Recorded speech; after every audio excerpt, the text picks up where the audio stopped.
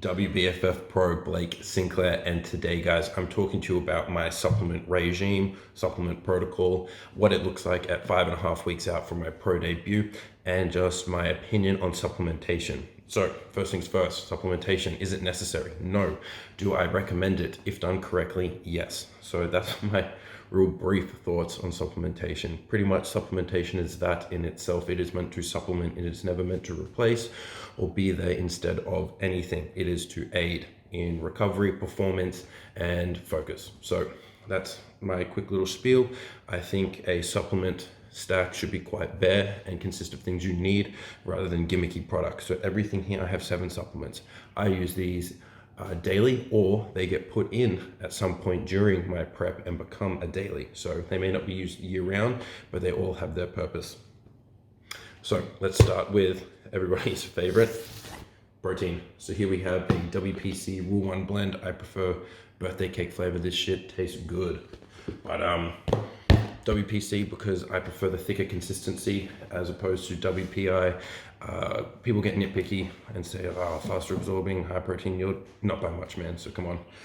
But when I do get to the business end of prep, so in a couple weeks, and I want to eliminate any flavorings, gels, gums, whatever it may be, I swap to a essential amino acid. So pretty much what this is a pre-digested form of protein. Protein is consisted of amino acids. Different blends will have different amino profiles.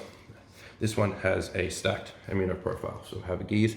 It is all the aminos required to build, recover, and hypertrophy. So I love these because they have a higher protein yield than general proteins, which means you absorb more once digested. They're easier digesting because there's less in them, and it's an almost instantaneous form of protein. It is very fast of digesting and absorbing, so your body can utilize this a lot better than a conventional protein, whether it be hydrolyzed, WPI, WPC, even casein, but no one has casein.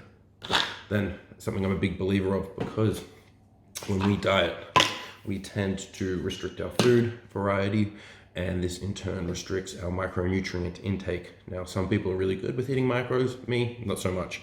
So here we have Rule1 Daily. This has got the most stacked profile I've ever seen. So there you go, have a gaze. It takes up 2 whole panels. Look at that. So that is the Rule1 Daily. I love a good multivitamin. It's just awesome for recovery, sleep, mood, hair, skin, nails, all that, and it's just good to have with you. But another thing I'm a huge advocate of is I take this literally daily. Echinacea, garlic, zinc, and C. You can also get a horseradish blend. It is an awesome immune support. It helps lessen flu symptoms, and it helps flu and illness prevention. So I love that. Nothing worse than getting sick in prep, or just when you're on a hot streak with training and things are good, you don't want to get sick. So be smart. Next, melatonin.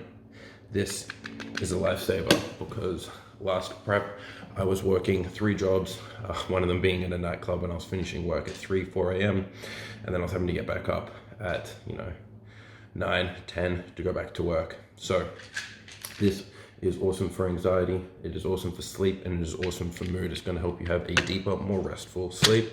In Australia, I don't know what happened. It got scheduled or banned and it became a prescription only, but then I found this on the shelf, so I stocked up. It is really good. It's an underrated sleep aid. So after that, we've got 2 supplements left. I'm going to call this a weight management, because I don't believe in fat burners. I believe in weight management products because these simply assist. I take this because it is a stimulant. It helps give me energy when I've got to do fasted cardio, and it is also a good appetite suppressant and mood enhancement. So it's got some focus blends in there, energy and appetite suppressing. There's nothing in here which is directly gonna burn fat, so I don't like them being called fat burners, which is why this one's actually called weight management support. So it's not claiming to be a fat burner, but I take this to help me get through fat burning. But it's still good. It's still really good. It does make me happier. It does help me focus. And anyone around me, especially my poor girlfriend, knows when I'm hungry, I'm a bit of a dick. So sorry guys, but this is good.